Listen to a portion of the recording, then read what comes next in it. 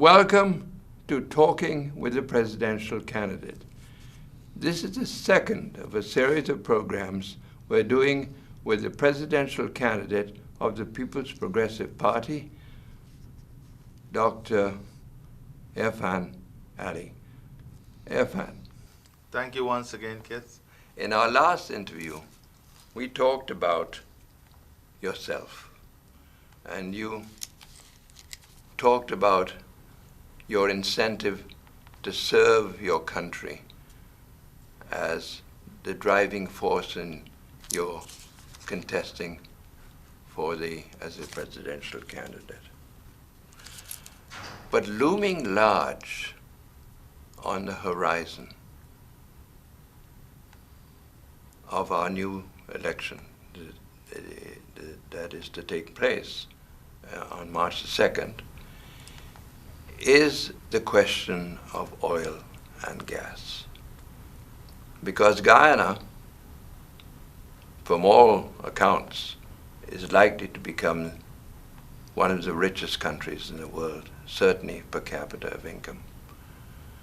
An enormous wealth should be coming to the people of this country. But you know, I'm sure you know, that there is a degree of cynicism out there, that this wealth is not going to come to the ordinary man, that the politicians in charge will benefit, but not the majority of the people. So we're dedicating this program to 1 hour of talking about oil and gas. And I invite you to begin that conversation. Thank you very much, Kit. First of all, you are very much right. Oil and gas would play an important role in the future of our country. Oil and gas would be a catalyst for the expansion of economic opportunities in many other sectors. It gives us an opportunity to create an environment in which all Guyanese will benefit.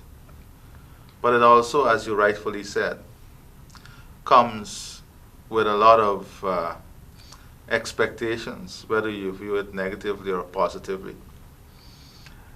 And what we have seen in countries who would have exploited this resource, and even in our own circumstances, is a lack of clarity in managing the oil sector, in looking at the future of the oil and gas sector.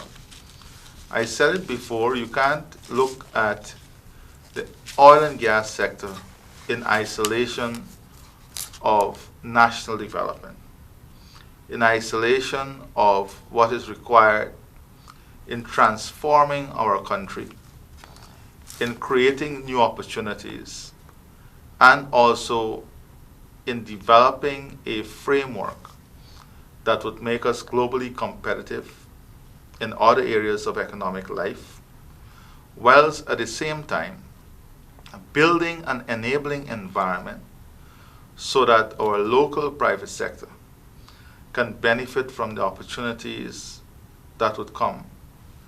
And when we talk about local content, it must not only be local content for the oil and gas sector, because the oil and gas sector, as I said, would help to advance other sectors. So it has to be local content for the development of the country, whilst oil and gas is the major plank or framework. Other sectors, downstream, upstream, would have tremendous opportunities. But of course there's also the gold mining sector. Exactly, so I'm going to come to all of that. How is it that we can build this national framework in which we have local businesses, individuals being prepared for the opportunities? For that to happen, Kit, we have to have clarity in the vision. We have to have a clearly defined national pathway as to where our country is heading. We can't flip-flop. This can't be a partisan issue. When I say national priority, it means that regardless of which party is in government, there must be a set of projects, initiatives, and focus in terms of economic transformation that is all-embracing. We can, for example, say we believe in cheaper energy and a green economy and hydroelectricity, and then we just abandon a project that was about to be implemented. In other words, what you're saying is we can't rely on a high carbon means of wealth alone. Exactly. We can't be shooting from a single barrel. Oil and gas is one pillar of the transformation. There are many other pillars that would hold the Ghanaian economy up. Well, that has been the mistake that a lot of countries have made. If you look, that's why you have this conversation about the Dutch disease. Exactly. Yeah. So under your presidency, how do you escape that? But I want to back you up a minute. Yeah. There's a lot of conversation and a lot of criticism of the very contract that we entered into with Exxon. What's your comment on that? Well, I will definitely come to that, Kit, but I still have a few more comments I want to make on your initial question, because it's important for us to get it right. So we have to have a clear vision as to where we're going. We have been talking natural gas. We have no firm estimation as to what quantity of natural gas we're talking about, so that we can determine what size and type of industry will support the natural gas sector. And then we have to look at the revenue stream. You know, a lot of people point to different models. For example, the Norwegian model. And if you look at that model itself and look at what the country has been able to achieve, a lot of it is non-oil and gas conversation. Mm. For example, they have the best figures in terms of the lowest inequality in the world. It is the lowest among oil-producing nations for sure. And that by itself tells about tells a story of an economic pathway that was able to reach the masses. And your initial question is, how do we ensure people benefit? How do we ensure that the development, the revenue stream, and the economic expansion finds its way all across the masses to bridge that gap of inequality? Right. In the first 4 years of oil find in Norway, if you examine the literature, it was their 4 hardest years. Because after this massive find, they found themselves in an economic crisis. Because you had high inflation, you had a rise in the currency, you had the top jobs in the industrial sector being lost to the oil sector, because a management framework was not in place to deal with the explosion that took place. And that could happen here. Yes, so that is why I'm making the point. How essential it is to have a proper management framework in place, proper legislation, the regulatory aspect, transparency and accountability, and securing the benefits of the oil and gas sector for now and the future. So in the first 4 years, they had massive spending in the budget, and those spendings and massive increases of salaries, which caused inflation. And yes, and it led to an economic crisis in the first 4 years, until they have to until they took corrective measures in how they manage the revenue flow. So you like the Norwegian model? The Norwegian model is a model that has great examples for us to learn from. As I said, if you look at the way they were able to diversify their economy and use flows from oil and gas, I think they're the second largest player in the seafood industry. Mm-hmm. And and they built an aquaculture sector that is second to none. Tourism, they spent tremendous resources on tourism. And these were areas that were able to take benefit directly down to the masses. Whilst oil and gas itself, and the literature would show you this, employ very few people. And the capital investment that is required. By that you mean directly. Yeah, directly. The capital investment that is required to really make use of the high levels of benefit is enormous. However, how governments use the revenue flow to create opportunity and bridge the gap of inequality and ensure that there is transformation in a structured way. You can't build highways to nowhere, because some countries get excited and you build all kind of things. Highways to nowhere. We have to be very deliberate in the path that we're taking and the economic transformation that can take place and would take place in our country. Would you agree that first oil is around the corner? Would you agree that we're way behind what we needed to have done already? Oh, I definitely agree that not only are we way behind where we should be in relation to forest oil, but there is absolutely no clarity in the vision. There is no legislative framework. There is no institutional mechanism. There is no structure in which we will manage this sector. There is confusion. We have changed the management of oil and gas from different ministries. It's as if we are playing hopscotch. We're just hopping around all over the place. Yep. And we are not deliberative and we are not structural in the way we are approaching the management. The regulations are not in place. The safeguards are not in place. There is total political control of the process. There is total political involvement. Civil society has very little involvement. The population does not have, there is very little education that has been done with the population in terms of how to prepare yourself, what are the opportunities that would arise. Local content is non-existent. For a matter of fact, this has been the cry of, and I want to spend some time on that if you allow me and we have the time. Please, because it is very much a concern in the private sector. Exactly, in terms of local content. But I want to get back to the point as for us not to lose sight of a few things. And you mentioned earlier the issue of the mining sector, for example. We have, for example, according to the IDB 2017 report on our natural resources, we have about 20 million ounces of gold, an estimated amount of 20 million ounces of gold that is undeveloped. Which is a significant reserve. This is a significant reserve that we have to talk about. We have fresh water to the extent that for us to become stressed, water stressed, our population will have to be $142 million. So these are natural things that we have.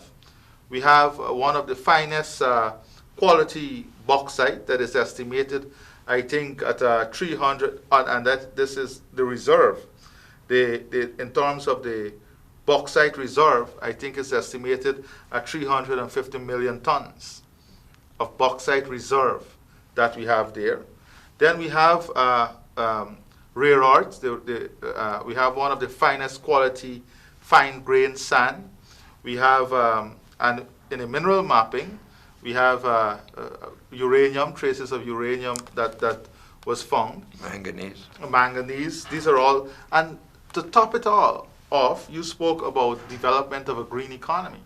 But a green economy is not greening things. A green economy is not, it is an economy. A green economy is an economic plan, an economic framework that not only look at the environmental side, but it look at how we can have sustainable economic growth and revenue streams to sustain national development. And that is why if you look at it, 2016, I think, the 2016 Low Carbon Development Strategy Report, which pointed to the fact that we had 88% of our land mass in forest cover, and the estimated annual value, when you look at the carbon market, the estimated annual value that we can gain out of this asset that we have in our forest is $580 million US. So how do you make a distinction between the low carbon development strategy, which your government embraced, and the so-called green project that the current government is introducing? Unfortunately, Kit, we have never had the opportunity of seeing a comprehensive green strategy document. It's called a paper. The low carbon development strategy, on the other hand, was a development strategy that focused on wealth creation, that focused on economic development, that focused on social development, that focused on enhanced livelihood for at-risk communities, that focused on Amerindian development, hinterland development, riverine development, tourism. It identified the sectors of the future and showed how money will be utilized from the LCDS to benefit the sectors of the future, to create new areas of wealth, new areas of growth, new areas of opportunity, whilst at the same time showed a sustainable pathway in the utilization of our natural resources in creating jobs and wealth for our country. Well, it was that's the difference. It was project-oriented. It was definitely. It was identifiable projects. Then it was highly financed by the savings we made from preserving our forests. Exactly. It was from the carbon credit market. It was one of the largest deals per capita, it was signed with the Kingdom of Norway. And the potential was there to expand this agreement. And then, so I'm pointing to the fact, Kit, of all these natural resources, I'm only dealing with the natural resources sector. I'm going to come to other sectors. Right. And then you have CARICOM food market that is estimated at $8 to $10 million US by 2020.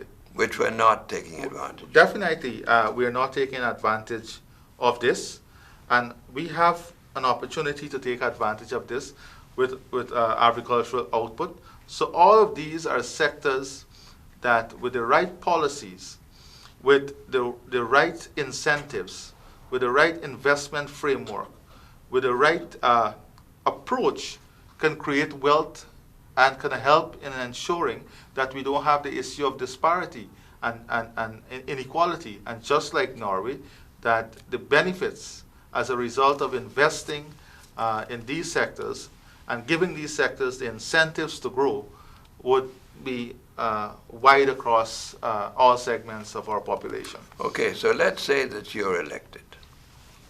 How are you going to begin to address this in specific terms very quickly? Well, for instance, there's local content. There's the issue of direct cash transfer. There's the issue of the Sovereign Wealth Fund, yes, and how it's managed, how it's controlled. Deal, if you would, with some of those issues. Definitely, Kit. We have a lot of questions, but they're all interrelated. So in a discussion, is cross-cutting. So, of course. So we will deal with it in the interrelated way. So I was giving an example of the type of opportunities outside of oil and gas that we have as a people in order to create wealth and grow our economy. And this is outside tourism. This is outside the development of the rice and sugar industry, the enhancement of the mining sector, the forestry sector. So we have, I think, an even better opportunity than Norway when you look at their standpoint in terms of diversification. In terms of infrastructure, to enable the diversification, that's a different issue, because we need to still spend a lot of resources in getting our infrastructure ready and getting the people of our country ready, and the type of incentive that is required for us to bridge that gap very quickly. You had one city that was dying, for example. Well, it was like a village, and then it became a province because of the population growth. in Norway. And if you look at that city, it's supported by a university with 10,000 students. And we are speaking already in the manifesto about health and education becoming export-oriented services, earning foreign currency. This is how the economy has to be diversified. We have to look at the knowledge sector, and we can't look at envelope ourselves. We have to be futuristic, think about the opportunity that lies in the future, so that we'll build a strong and a resilient economy. So in addressing the concerns of the oil and gas sector, if I may come back specifically to how we're going to manage this sector, how we're going to ensure there's transparency and accountability, and how we're going to ensure that we secure the benefit for Guyanese now and in the future. These are the three primary issues that you have raised. Yes, because I'd like you to get into the specifics. We are talking for a period of an hour. Yes. You painted an excellent broad brush picture. Yes. We have about another half an hour left. Yes. So let me. Yes. So I'll try to give you an overview of these three issues that you've raised. One is the management of the sector, the proper management, transparency and accountability, and securing the benefits of the sector for this generation and the future, ensuring that through local content, a local content framework. Local content legislation doesn't mean locals benefit. That's just the local content legislation is just the laws and the guidelines. Exactly. But a framework is far different. A framework speaks about the type of incentives that you will give the local to bridge the gap as to where they should be, if they're to benefit from the services, from providing the services and so on for the oil and gas sector. I'll come back to that. So we have, first of all, the Sovereign Wealth Fund. For the next government, the People's Progressive Party civic government, we see the Sovereign Wealth Fund being managed in a way that has an arm's length relationship with politicians. It must be managed by a sound technical team. So you will remove direct ministerial control.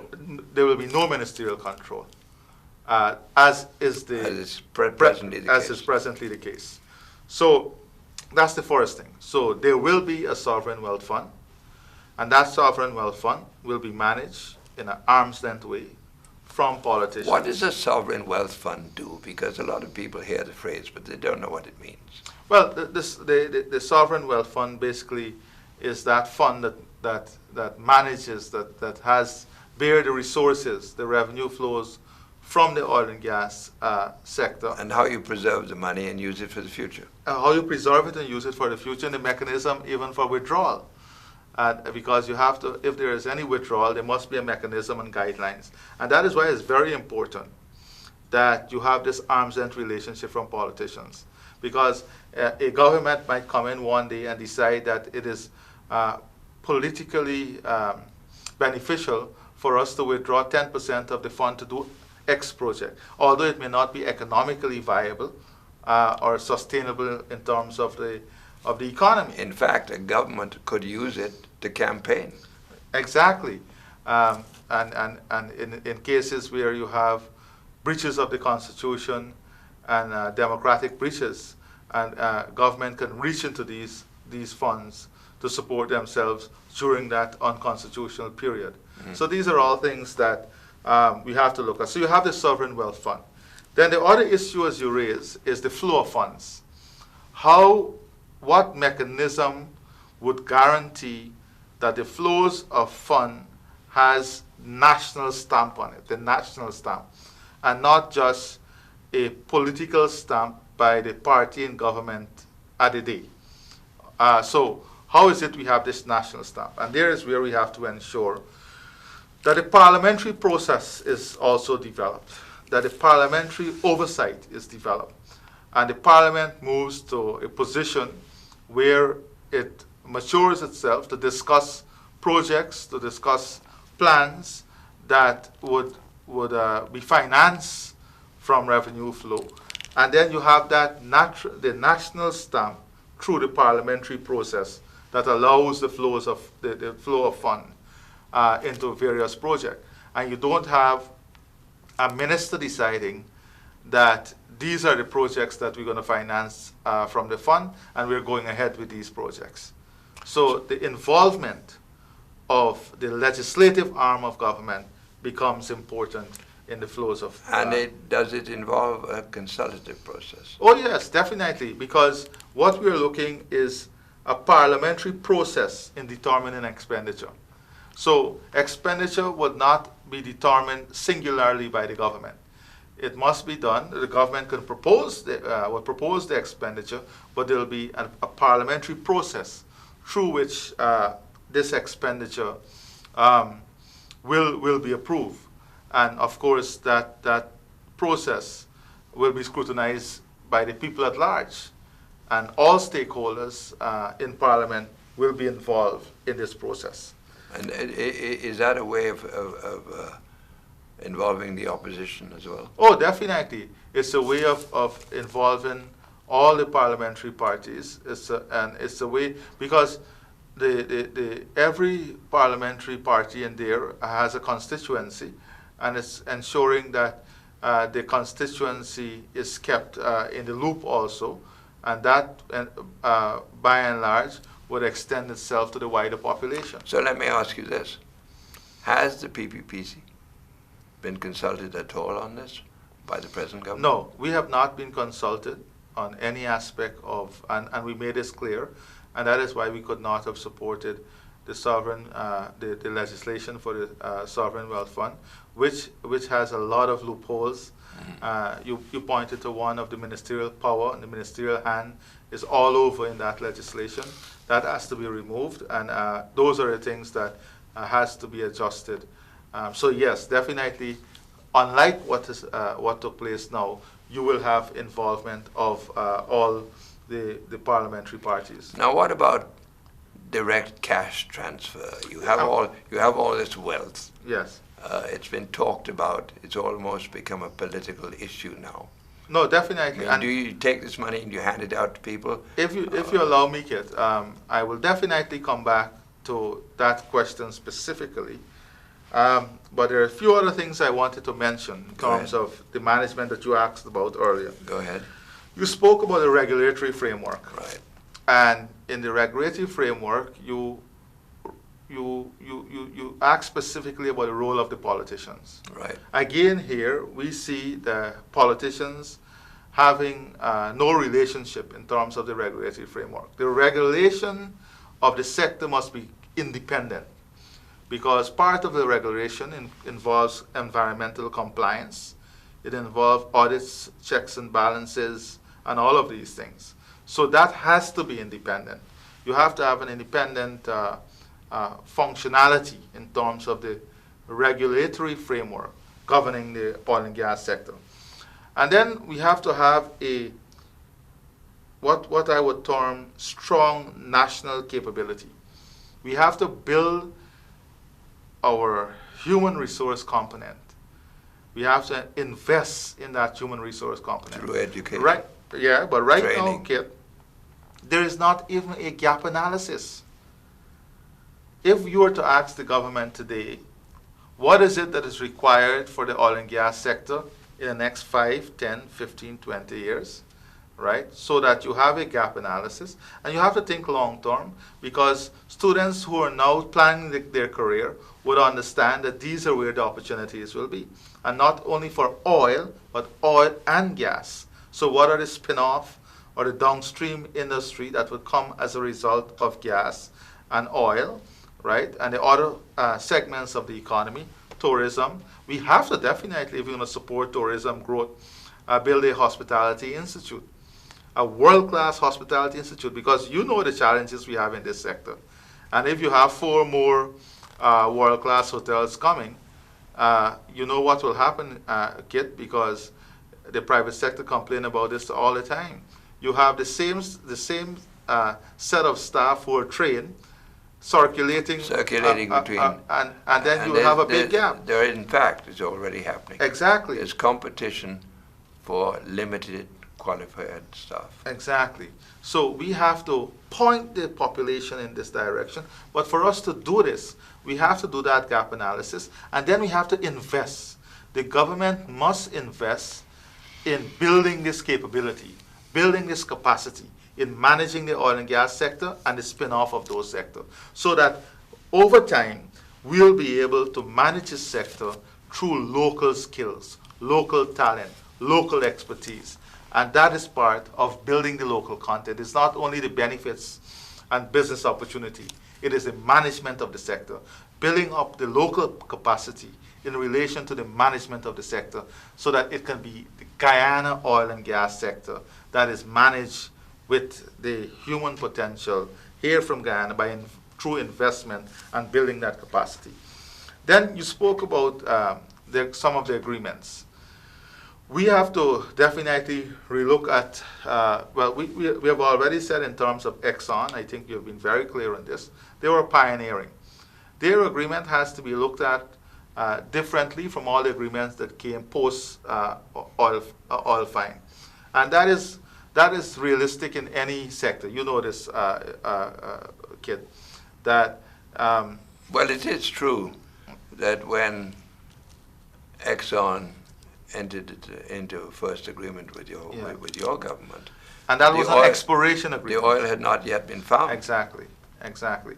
So the risk was there, and it was an exploration agreement. It was not a production agreement. Exactly. So what we have to do is look at the production sharing agreements. And we have to look at the best practices.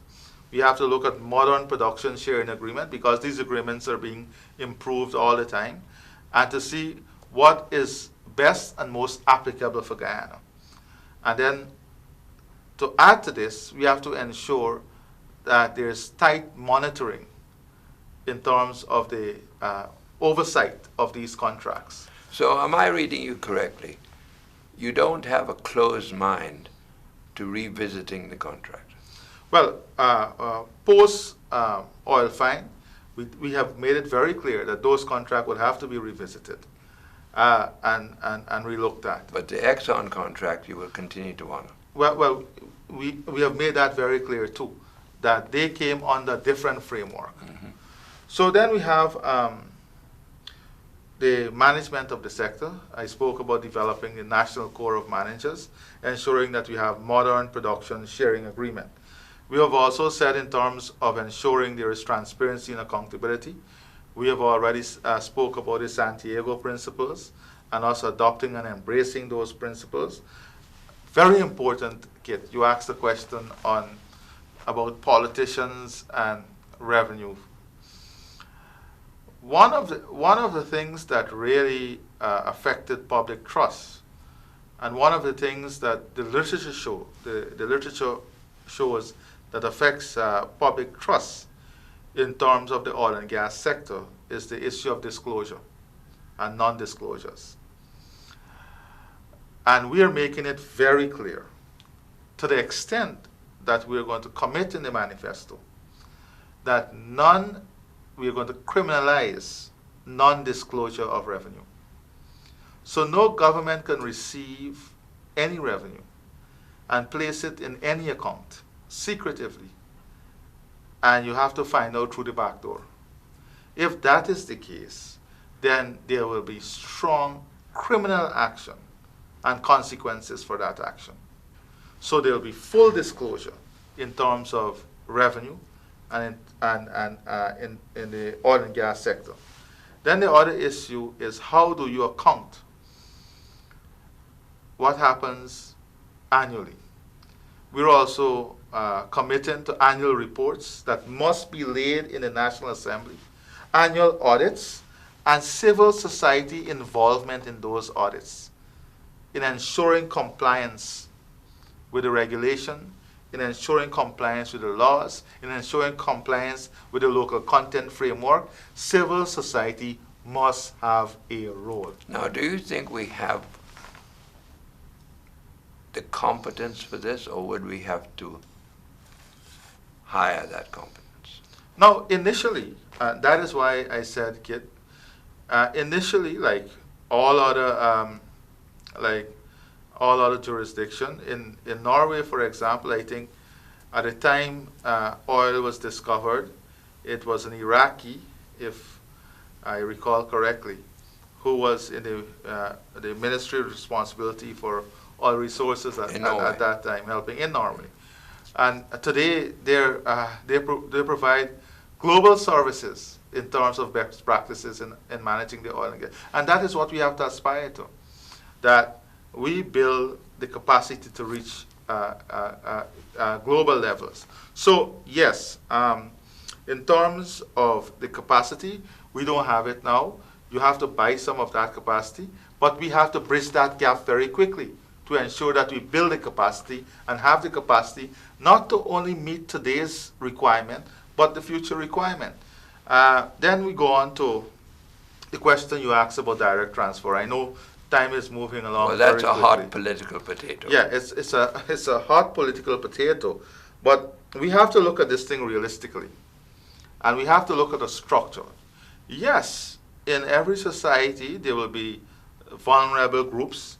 Yes, in every society, to avoid disparity and ensure that there is income distribution and that the population benefits, there must be some transfers. But how does a transfer take place? It has to be done through targeted measures, targeted programs. Single parents, how do we help single parents? How do we help the pensioners so that they retire with dignity, so that they live their old age in dignity, having investment in in recreational facilities? How do we help young people to accomplish their educational goals? How do we ensure that we have the best world-class healthcare system and education system that all Guyanese can access regardless of being rich or poor, regardless of where you come from? You don't have to line up at one hospital, but that type of care is developed throughout our country so that all the people, these are the type of transfers that is meaningful. These are the type of transfer that improve the living standards and livelihood of people. Transfers to ensure, as I said, targeted. Children are in school, that we support a food and nutrition program that ensures children are well fed and don't go to school hungry. So you, remove hunger. What I hear you saying is that you accept the need for transfer, but it would be focused. Focused, targeted transfer. And specific. And specific to programs. And it would be directed to real needs. Yes. Rather than simply handing out cash. Exactly. Because, you know, you do have the old Confucius saying that it is better to give a man a rod to catch fish than to give him the fish. Yeah. And is there not a danger in we have simply handing out cash? And I agree with that. That is why I'm explaining how we'll do it. But there's a there's an add-on that I like to give when you say to give the man the rod. First of all, we have to establish how are we going to give the rod. Exactly. So we have to invest to ensure the man has a job. He has a good.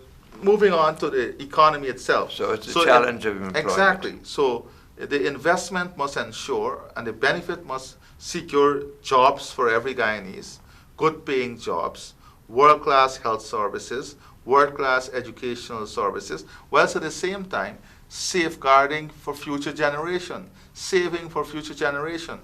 After a period of investment, in Norway, I think the annual transfer to the budget now is 4% in terms of oil revenue for budget support. Of course, that is after years of development and diversification. So what I'm saying, Kit, is that the benefits would be seen or received by the population in different ways. For example, how do we help the aquaculture industry? Not only do we have to help them with investment in infrastructure, but we have to help them with incentives. We have to, and you have to be incentives biased. Like tourism. Tourism has tremendous potential. We always hear this. We did a lot of work in tourism when I was there, and one day we should speak about that. Well, I remember that you were well on the way to establishing the institute. Exactly. We had already negotiated this with the CDB. To my knowledge, it was already signed. It was just implementing. But in addition to that, we have to look at the type of incentives that would help us to propel our tourism to a different level. And transfers to help the tourism sector is not transfers that would not have a long-term return. These are transfers that will give you a long-term return. At the same time, it will create jobs. It will create investment opportunities. We have, for example, Kit, we have one of the best platforms for safaris. But we don't have any incentive regime that would help you to bring in the specialized vehicles for safaris, to invest in the facilities. Look at the Essequibo River. Well, in one of our future interviews, I'm going to devote a lot of time no, I would like that. To tourism. I would like that because it's important that we talk about tourism. So, Kit, coming back to the issue. So these are the three things that are important: the management of the sector, the issues of transparency and accountability, and securing the benefits, ensuring that we grow our economy, we diversify our economy, ensuring that we have enough safeguards to avoid the Dutch disease, to ensure that we create jobs, good paying jobs, we have excellent services, and the social condition of our country changes also. I want to ask you about natural resource energy, because there is a danger, it seems to me, that we can get so caught up with oil and gas that we forget there's such a thing as hydroelectric potential in this country, which we haven't begun to realize. We don't know if you said so, the quantum of the gas is going to be available. In the meantime, our electricity bills in this country are very high. And if we had continued on the pathway of the Amalas Falls hydro project, our electricity today would have been at least 70% less than what we are paying. And that was largely funded, actually, from the low carbon development strategy.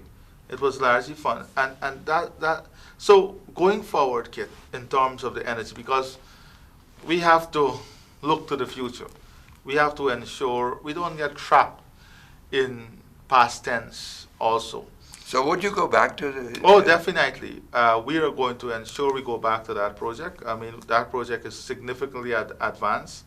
And we're talking about an energy mix that includes natural gas, that includes hydroelectricity, that includes solar and wind, because we have these natural capabilities that would ensure we have not only sustainable energy, but we have to start looking at export and our capacity to meet our national demand, and it will be a growing demand, because from the oil and gas sector, we're talking about the creation of a world-class manufacturing sector, processing sector, and the population would definitely, as in many countries that had oil and gas, the population will definitely grow. For a matter of fact, it will need to grow because you will have a labor problem. You're already having some of that now in terms of certain skills. And with the housing sector investment and the construction sector investment, there will be a boom there with 4 new hotels, branded hotels coming, and other services opportunities in the services sector. You will have another boom for another layer of skill set or employees. So we'll have to be able to ensure we have enough human potential to fill these gaps. Well, there's certainly room for more hotels. You were telling me earlier on today, before we began this interview, that the Marriott is not only full, that they're charging $750 a night per room. The cost is amazing now, just to see the cost per room night. Right now, as I was telling you, I just received a text, what is going on in Guyana? This is the cost for a room there, and it's difficult to get a room right now. Almost impossible. Yeah, with just 2 conferences, it's impossible to get a room. So the capacity is there, and I think for 4 branded hotels, very easily, when you look at the demand. And I recall when we first spoke about this project, people talked about white elephant and so on, because even without oil and gas, Well, the Marriott would have been. I have to say I'm biased where Marriott was concerned. I was very much involved in promoting it, and I believe it has certainly proved already to be a success. Yeah. But we have 10 minutes left, and there are two questions I want to ask you to address as quickly as you can. Yeah. One of them is the issue of who sells the oil. Do we control it as a country, or how is it marketed? And the other one is, do we build a refinery or not? Well, those are two questions that you can only address with the information. And right now we have an information deficit and an information gap as to the quantity, costs, opportunities, and areas for development. And this points to a wider problem, Kit. We can't ask the local private sector to prepare themselves for the opportunity. And we are playing football with key decisions. For example, the government speak about landing a pipeline. Where would the pipeline be landed? What is the proposed location? Because there is a set of development that for transporting gas. Because there will be a set of development that would surround that decision. Right? So how can the private sector plan? How can the private sector plan for the future? That is why I said there is clarity. And this is the problem when it becomes solely a political decision, because it becomes a political secret that can be exploited for political gains. Right? Exactly. And we have seen strategic lands being issued out, and there's a lot of confusion and perception as to why these lands are given out. Only yesterday, a group of local private sector individuals were discussing this with me. So that is one issue. I'm giving an example. Where would the pipeline land? Then the whole issue about our port facility, because this has a lot to do with it also. The Deepwater Harbor. When we were there, when we were in government, there was a lot of work advanced on the Deepwater Harbor, looking at Crab Island as the connecting point.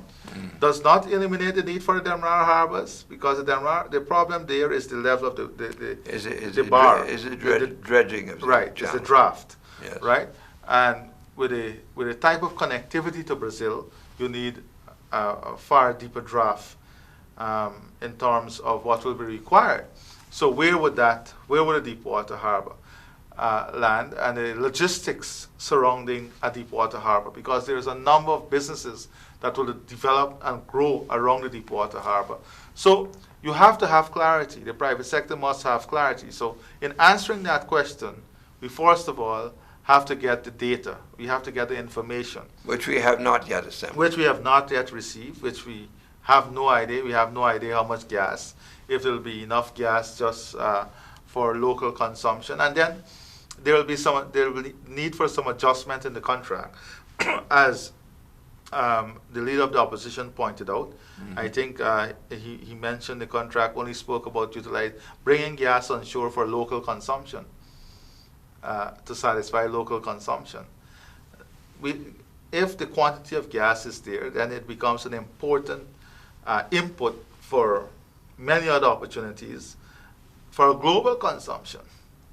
So those are the factors that will inform a decision like that. And you can't just, for political purposes, come and say, oh, we're building a refinery, without the data, without the information, without the technical assessment. And this is important. We have to have the technical assessment. For example, another example I want to give. We heard in the news, and the government hasn't said anything as yet, that in Tullow, for example, the quality of oil is different from the quality of oil in the Exxon well. How different is it? We don't know. We don't know. So if it is very much different, what is required? What will be the effect in terms of revenue? We don't know. Tullow was making this announcement in the media. The government said nothing. We don't know. We don't have the information. Then, in terms of the marketing, again, this seems like a guarded secret. What agreement the government has signed? Is Exxon going to market our oil? Are we paying them as the broker? Is there a broker that is engaged? There was no public advertisement. There was no public call for terms of reference or terms of reference issued. So these are things. There's too much. Right now, there is too much secret. There's too much. It's like a secretive operation. It's like an undercover operation, if you want to put it that way. So the greatest wealth that is coming to our country is not yet transparently being managed. It is not open to the public. It's That's your not position. transparently managed. There is too much secret surrounding decision making. There is lack of information. There is no clarity. There is no vision. There is no plan. There is no clear-cut position in the various aspects in terms of the management of the resource, and the political hand, the political maneuver, and the political strength is too heavy in the present circumstances. We have 2 minutes. Last word on oil and gas. Well, as I said earlier, Kit, I would like to wrap up in those 2 minutes by saying, in our manifesto, you will see a comprehensive set of measures in terms of the management of the oil and gas sector, ensuring transparency and accountability, and securing the benefits for present generation and generations to come, in transforming our country, ensuring that we avoid the Dutch disease, and that we bring social justice and ensure that inequality is not expanded and becomes a problem for us. You have given us a comprehensive overview of what you will do if and when you become president with oil and gas. We devoted virtually an hour to talking about it. We have an awful lot more to talk about in terms of your programs and your policies as you contest for the presidency. I want to thank you for having participated in today's program. We have 4 or 5 more that we're going to do, and we will have Dr. Ali with us on all of those programs, which we are bringing to you in the public as a public gesture, because I truly believe that it is important that our presidential candidates, our serious presidential candidates, have an opportunity to address the public the way that you have agreed to. So thank you very much. Thank you, Kit. And we will move on with this series. Thank you very much, and I look forward.